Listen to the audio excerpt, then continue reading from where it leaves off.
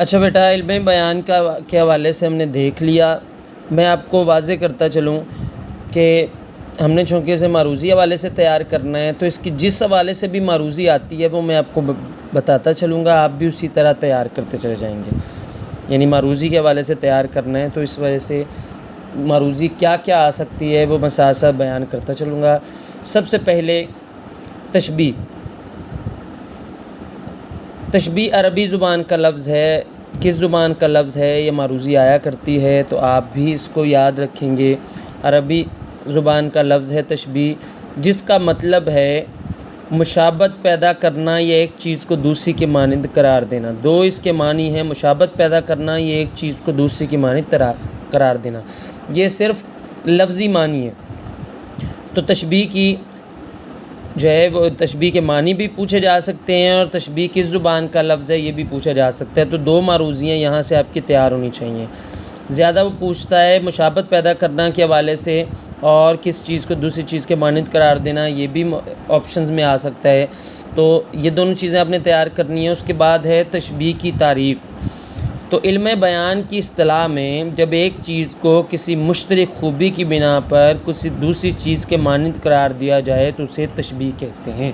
تو علم بیان کی روح سے جب ایک چیز کو کسی مشترک کہتے ہیں جو دونوں میں پائی جائے، خوبی کی بنا پر کسی دوسری چیز کی مانند قرار دیا جائے تو تشبیہ کہلاتا ہے۔ یعنی ایک چیز ہے، اس میں کوئی خوبی ہے، اس وجہ سے وہ دوسری چیز کی مانند ہے جس میں وہ خوبی اس سے بھی زیادہ ہے۔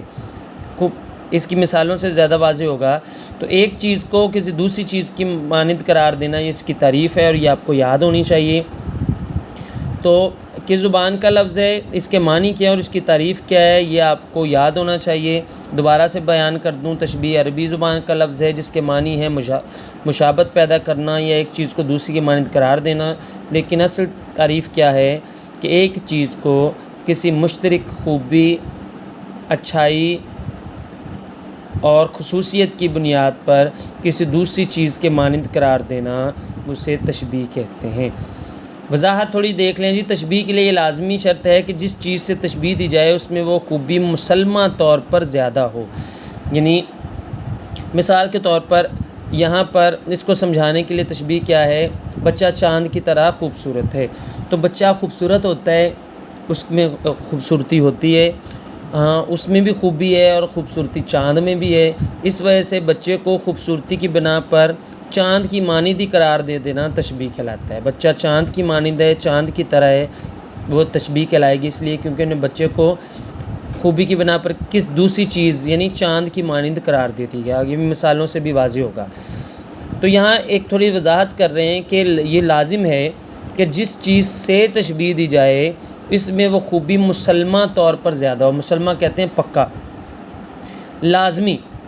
لازمی طور پر آپ جس چیز سے تشبیہ دے رہے ہیں اس میں وہ خوبی زیادہ ہونی چاہیے۔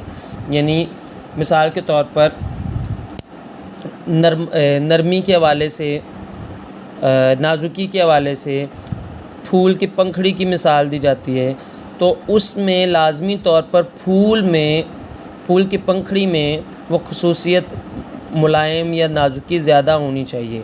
آگے مزید واضح ہوگا، یہ بھی مثالیں دی ہوئی ہیں۔ اگر دونوں چیزوں میں یکساں نوعیت کی خوبی پائی جائے تو اسے تشبیہ نہیں بلکہ تشابہ کہیں گے۔ مثالیں ملاحظہ کیجیے۔